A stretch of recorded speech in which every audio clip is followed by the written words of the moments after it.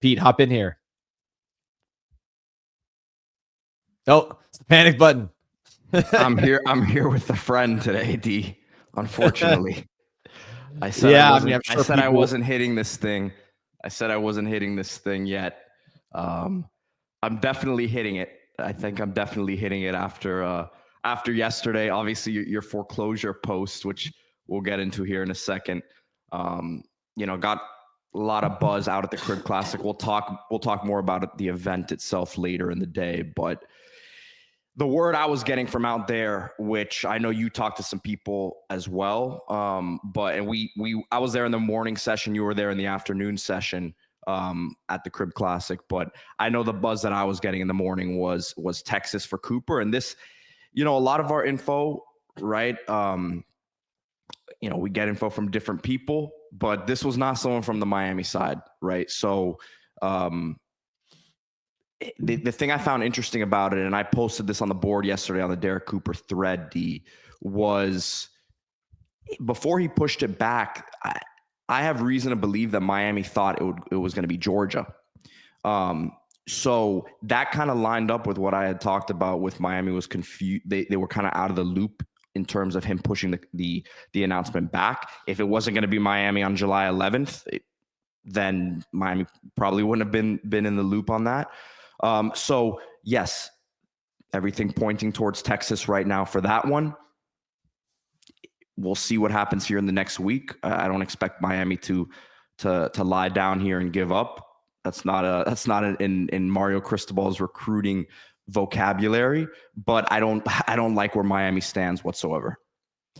Yeah, I agree with you, Pete. So I was there at the Crib Classic as well, heard the same buzz you did. And then I checked in with Miami sources. And look, I've been the one saying this whole time that I thought Derrick Cooper would be a Miami Hurricane. It was just too important to the class. It made too much sense. And at the end of the day, I still have confidence and I still sense confidence that when pen hits the paper in December, that he will be a Miami Hurricane. But as far as his commitment next week, I'm leaning towards the Texas Longhorns. That is the impression I'm getting from talking to Miami sources really for the first time. And so that's what I'm hearing from others. And obviously you're hearing what you're hearing as well. So it all kind of lines up. I think Derrick Cooper, more likely than not, to commit to Texas on July 20th. They made a very strong run. They've lost on some running back targets. So this was a priority recruit for them, priority recruit for us, certainly. I mean, biggest priority recruit for us with Jackson Campbell off the board. But Texas made a strong run, and right now that's where he's leaning. That would be obviously a terrible loss for the Canes, local player, best player in South Florida, or at least the biggest recruit in South Florida. I'd say probably the best overall player in South Florida. And when the Canes said we can't lose. So him committing to Texas in July, not a good look if you're the Miami Hurricanes, but still time to flip. Florida is a state where, with the contracts, some of these states, they can claw back money and stuff like that. So the commits are harder to flip. Thankfully, I think Missouri is one of those, considering our best player is from Missouri. But Florida, where Derrick Cooper's from, there's more ability to flip somebody without having to worry about paying back money and those kind of things. So I will keep working that. But yeah, man, I don't feel confident on Derrick Cooper. We'll get into the reasons why, but that's what we're dealing with now. Yeah, and like I said, that the note about it potentially of being Georgia before was something that tells me too, look, this is like, how much does the kid want to come to Miami? Yeah, I mean, look, there was people in the comments that saying NIL. Speculate NIL. Of course, that's going to be speculated, but I don't see it as that situation where, I mean, Tech's going to play a lot, but we're going to pay a lot. My thing is too. with just being flat out honest, and I said this yesterday or 2 days ago, D, with as many misses as Miami's had lately, high profile misses that you have money kind of allotted towards, you have more money available now, just flatly saying it how it is. So not saying that Texas won't do a similar number or do something more, but I don't know how much the kid wants to be at Miami. I don't know if it's a situation where he's looking for reasons not to come to Miami. I think what it is, and people, I fight with people about this because it's like,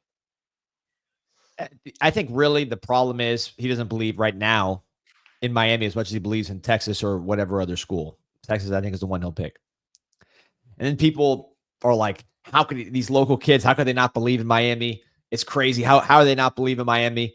And then they're like, by the way, we suck. This is predictable. We've sucked for 20 years. Of course, we're losing this battle. Like, they'd say the same thing on both sides of their mouth. The local kids see us struggle more. So they have less reasons to believe in us. So the same reasons fans lose faith. Not the fans' fault they lose faith. They're reacting to what they're seeing on TV, what's happening.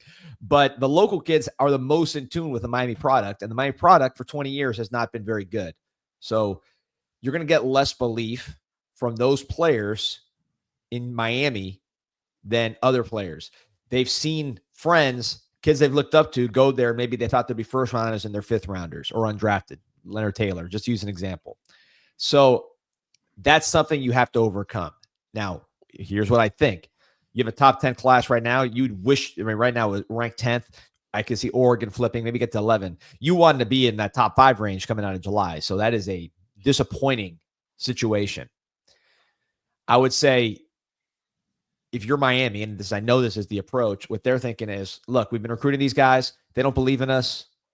We can't change that right now. It is what it is.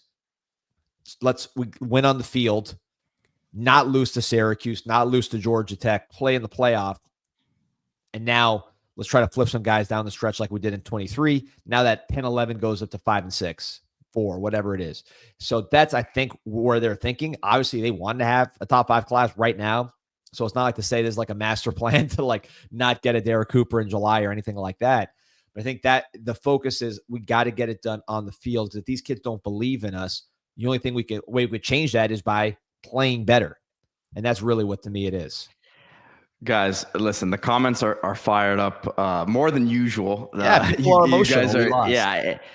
Listen, I think that people also confuse what are being called excuses with, like, it's not an excuse. It's a bad miss. This is a horrible, horrible miss if it goes this way. Like, that's not an excuse. It's just like trying to break down each situation. It's very difficult to understand each person's decision making, right? We can't know what's inside someone's brain. But at the same time, we can try to sit here and understand from the outside, which is what we're trying to do. I don't think it's an excuse. I'm sitting here saying, and I've been telling you guys for a while, that if they don't hit on, which we said it last, I was almost saying, let's say Cooper's in the class. You have to hit on Keys for me to still be like, after all these misses, I still feel okay because you have a couple big time game changers in Cooper and Keys. Now it's looking like Cooper is going to be a no for sure. And it's been an uphill climb to me with Keys understanding how that recruitment and how much he loves everywhere that he goes. So I'm not going to sit here and sugarcoat what's happened. And by the way, D, in your post, your first line on the foreclosure was that you weren't going to sugarcoat anything. So I think, look, there's the ebbs and flows of recruiting. We try to follow things as they go here. I don't think that anything that we've said along the way on this recruitment has been different than what people nationally have said. D, I don't think Texas insiders have been gung-ho on him coming there up until maybe, now this week, right? I don't think we heard tremendous buzz that way one way or another. So welcome to recruiting in 2025, right? Yeah, no, not everybody's built for it. We've seen this before, Pete, for all these years. But it's like, again, I find it funny. We're like, you're making excuses. What's the excuse? You lose the battle. First of all, if you're the coaches, your job is to win the battle and convince them that things are different and all that. So it's your job to win the battle. That if you lose the battle, I'm not out. Excuse me if I came out here and said, hey, Texas offered a crazy bag. It's not worth it for a running back. Running backs aren't valuable. That is an excuse. To say that our brand isn't very good and we got to win more is not an excuse. Are these guys responsible for the last 20 years of us being bad? No. But, I mean, you had Syracuse last year. You had Georgia Tech the year before that. So, to say that we need to get over the hump is not excusing the coaches that we have. They know they got to get over the hump. So the only thing I push back on is when we were like, oh, these local kids, man, why do they hate us? What's wrong with them? And then the same voice are like, we suck. What the hell, man? We always do this. Like, they see that. They're here. They're the ones going to the stadium, by the way, with their team when we're playing a team that sucks and it's empty. The kids in that crowd are more likely than not local kids because they're the ones that have free tickets and can go to multiple games. The out-of-state kids going to the game that we tell them to go to that's packed. So the only people that I make excuses for, I'm using quote fingers, are the local kids that everybody craps on when they're just reacting to the same thing you guys are reacting to. We have to get over the hump and play better. I think that's the bottom line, and that's on the coaching staff. And you got to recruit better too. Look, it's recruiting. You got to win the battles. That's the name of the game. So that's pretty much what it is. But I mean, yeah, people are going to, that's what happens. You'll blame the kids. And that to me is where I get upset because it's like, why are you taking your frustration out on a high school kid who didn't choose the school? You could take your frustration on the coaches. That's fine. That's what they get paid for. But the high school kid part where it's just like, oh, these local kids, they know us. They saw us struggle. So that's the problem. And that's kind of where I always land on. We had a comment here from Shad who said, what has Syracuse won the last 20 years in regards to Calvin Russell's recruitment? I mean, what's Syracuse's recruiting ranking? Let's take a look. So Syracuse's recruiting ranking right now with Calvin Russell included. Let me just scroll down. We're right now number 10. We're Syracuse. 24. Doing a good job, Fran Brown, with 28 commits. 5 4-stars and 23 3-stars. But I think this is what we talk about when you say you have to look at each recruitment individually, right? Calvin Russell, I think it became very clear he was with that relationship with Fran Brown was on a different level than the one with Mario for whatever reason. And they sold him on building the entire program around him. I think that meant a lot. I think that pitch meant a lot. I don't know if Miami was willing to go that far and say, you're going to be the guy that we're building everything around here. Every prospect's different in their recruitment. And I think that's how that Russell one went. Yeah. And look, with Russell, it's not that he like, oh, Syracuse is going to win more than Miami. Oh, they did beat us this year, but it's not like Syracuse is going to necessarily win more than Miami. It's like, he doesn't have an affinity for Miami. We haven't built that affinity for him that he's like, I should be going to Miami. Miami's a great place for me to go to. Where has he been? That he like, that I guess some people would argue, D, that it's the coach's job to build that affinity. Oh yeah. Miami. That's a fair, that's what I would say. The coaches, they lost the battle. That they're the ones that lost the battle. So I get that frustration. I'm not making excuses why the coaches lose. It's a coach's job to get the players. They know that. So no one's saying the coaches should be off the hook. I don't think. If someone's getting that from us, that's not what I'm trying to say. I'm trying to say we have a brand that's been tarnished. The coaches that are here now have been working to fix that brand, but have had their own setbacks, including Georgia Tech 23, Syracuse 24, that have stalled that progress beyond where you wish it was in year 4. We're top 10, right? We're 10th right now. Obviously, we're kind of hanging on for dear life there at number 10, but it's not like we're like 30th, but you don't pay all the money to be 10th or 11th. You want to be top 5. So that's where we're at with Cooper. The one thing I won't do is come in here and say we didn't like him anyways. We think he was a good player. I came on here every day and tell you this is an extremely high priority recruit. I think he will continue to be a high priority recruit. I think Miami's going to keep trying to flip him, but you got to get this thing going in the right direction. And that's kind of where I see it with Cooper. Hassan says, Pete, you don't think Miami told Cooper we'll build the offense around you and Keys? We got the top offensive line. Yeah, I think they did, but I'm not sure that Texas and Georgia haven't told them the same thing. If I'm being honest. So that's what I'm saying. There's going to be differentiators amongst every player's recruitment. And I'm pretty sure all these schools told him that. With Russell, I have a feeling the pitch was way different at Syracuse than it was at Miami. Yeah. Not saying it was right or wrong. I'm just saying that's how I think that recruitment played out. 100%. I think that is that's a fact. And You guys play the college football game. You see, for different recruits, different things matter. That's just how it goes. Some guys don't care what conference they're playing in. Some guys say, I'm only playing in the SEC. That's just how it is.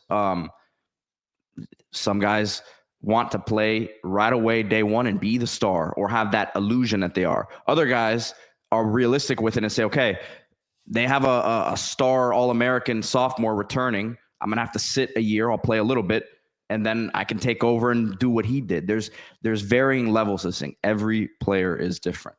Yep. Toasty Dossie saying, regarding Cooper, Texas has done more with less with more in the last 20 years along with us. The excuse I heard earlier is BS. Texas was in the playoff last year. Texas was in the playoff. Bijan Robinson was a top 10 pick a couple years ago. This guy is how old? 17 years old.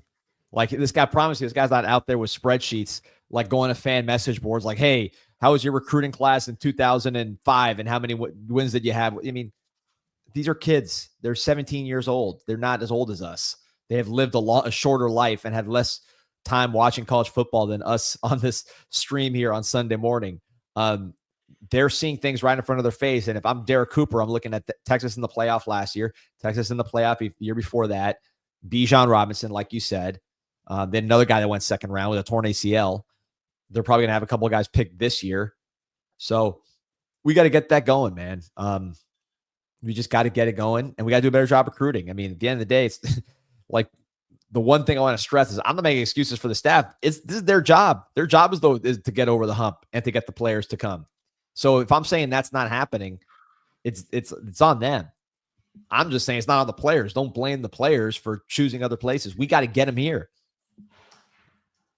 So I think that's just frustration talking. Pete, you going to school? Brandon says, what's with a backpack? It's a weighted vest, man. I told you that they might need me at interior lineman this year and maybe next year with the way the class is trending. So we're upping it. We're upping the training regimen. Glasshouse said, we won 10 games last year and had our quarterback go first overall, but we have to win. Man, we lost the Pop-Tart Bowl. You don't think that these coaches, when they talk about Miami, don't just clown us for losing the Pop-Tart Bowl? Like, what do you think goes on in these recruitments? These guys, like, you don't think they negatively recruit us? And there's nothing wrong for that. I would do the same thing. So we just got to get better, man. I think we got good players in the class. If the season ended and in December, you're the 11th ranked recruiting class, 12th ranked recruiting class, 14th like last year, you're not feeling good at all back to back. That's got to get better, and you got to get over the hump. Yalaha Kane says, love how we just go from loving the job coaches are doing to lambasting them. We are inside the top 10. Yeah. But we don't. If you're going to be 11 probably is my guess. Oregon jumps us. I don't know what the outstanding battles are. You don't want to be outside the top 10 2 years in a row, man. That's just not that. Morrow would go insane with that kind of result. So you got to get this better. You just got to get it better. There's no question about it. But that's where you got to get better. Lance says no one cares about the bowl game, but they care about the fact that we were in the playoff. We were playing kind of jokey games. That more so for sure. That more so than the bowl game itself. And I guarantee you that line I just said, Miami lost the Pop-Tart Bowl. I guarantee you that the coaches for Texas and Georgia and Ohio State are saying the exact same thing. I promise you. Yeah. And the message is received a lot different. I mean, we say it. Like, the fans will say the same thing when they're frustrated, but then when in the recruiting context comes, like, oh, the bowl, who cares? And then, like, we ask them on the other time, when we're talking about the team, they're like, man, these guys lost the Pop-Tarts Bowl. We had the best quarterback in the world. What the hell's wrong with us? Like, so you can't have both. They're seeing it the way you're seeing it. I think the way fans are seeing it is right. I'd be saying the same thing. I am saying the same thing. Last year, it was very disappointing the way it ended. And we have been very bad for 20 plus years. And we've had chances to get over the hump. I would point to Georgia Tech 23 and Syracuse 24 as those primary examples. And we failed to get over the hump. So that is on us, the staff. I'm not on the staff, but it's on the Miami Hurricanes. It's on the staff. And it's on the guys that are trying to get this thing over the hump to do it, both in recruiting and on the field. And when you lose, you lose a Derrick Cooper, who's your top target. That is a direct loss. It's not because the kid's not good enough. It's not because you wanted too much money for how good he is. It's not all that. We're just not playing. We're not playing well enough and recruiting well enough with that. Hassan says, DNP, you guys need to understand fans are upset because we keep losing top-notch players to other schools and become great. Listen, we're not very happy about it either. I was just called. I was called consistent last week. I was called consistently negative. My takes are always negative. Trust me, I'm not going to hold my tongue on stuff. I think that we're trying to talk it through with you guys, right? It's not like we're sitting here defending what's going on. We're trying to figure this thing out too. But the funny thing is that none of us have any control over this except just supporting and being fans, right? Yeah, 100%. You think I'm happy about losing Derrick Cooper? At least I don't think I think we'll ultimately get him, but that's where the degree of difficulty goes up tremendously when we cut somewhere else. Although contractually, I think, you can flip them, but do I think this is a good spot? No, I think this is not at all where you want it to be at the end of July, especially after having that good June. So it is what it is. The reason I think that we're there is because our brand's not good enough, because we're losing too many games and we're not recruiting good enough. What explanation was? I don't think it's the money.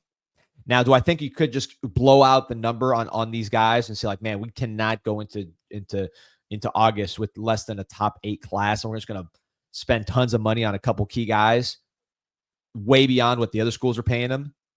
I mean, yeah, you could do that. Would that be the strongest long-term approach? No, because I don't think it's a money issue. I think maybe you could solve it by overspending, but then you're going to get in trouble down the road. So, that's, I think, where the money comes in. It's not that other teams are just coming in and throwing money that we can't match or aren't matching or aren't even exceeding in some cases. It's just, yeah, there's a certain number that if you go to that's way beyond everybody else, you can get some of these done. Is that the smart thing to do? I don't think so. At this in July.